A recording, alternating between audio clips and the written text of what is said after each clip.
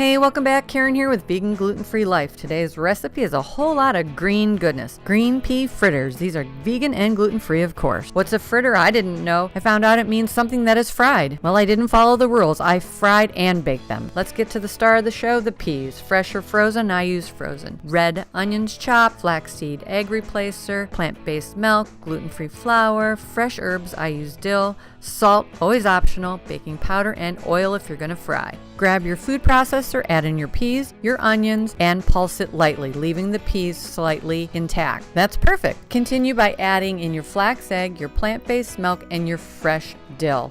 Pulse again about 3 times until it reaches this consistency. In a large bowl, add in your flour, your baking powder, salt, and green pea mixture. Mix until it's well coated. It'll be sticky. Okay, if you're gonna fry up these fritters, put them in a fry pan with your oil. Okay, while those little fritters are browning up, go ahead and place them in the oven if you'd like. Place them on parchment paper, pop them on in. Okay, when they're nice and brown. Oh, there's a little Charlie. Oh, anyways, back to what we were doing. Okay, brown them, flip them, and then let's get our toppings. I used pumpkin seeds, onions, vegan feta, which was yummy, and some fresh dill. Woohoo, now it's taste testing time. Okay, I tried the baked and the fried. These are crazy, easy, delicious. You don't want to miss out. I don't care, baked or fried, just grab one and go. Go to Vegan Gluten-Free Life for the full recipe. Subscribe, share, follow us on Instagram, Twitter, YouTube channel for more easy to follow recipe videos. And as always, have some fun in the kitchen and let me know how you made it your own.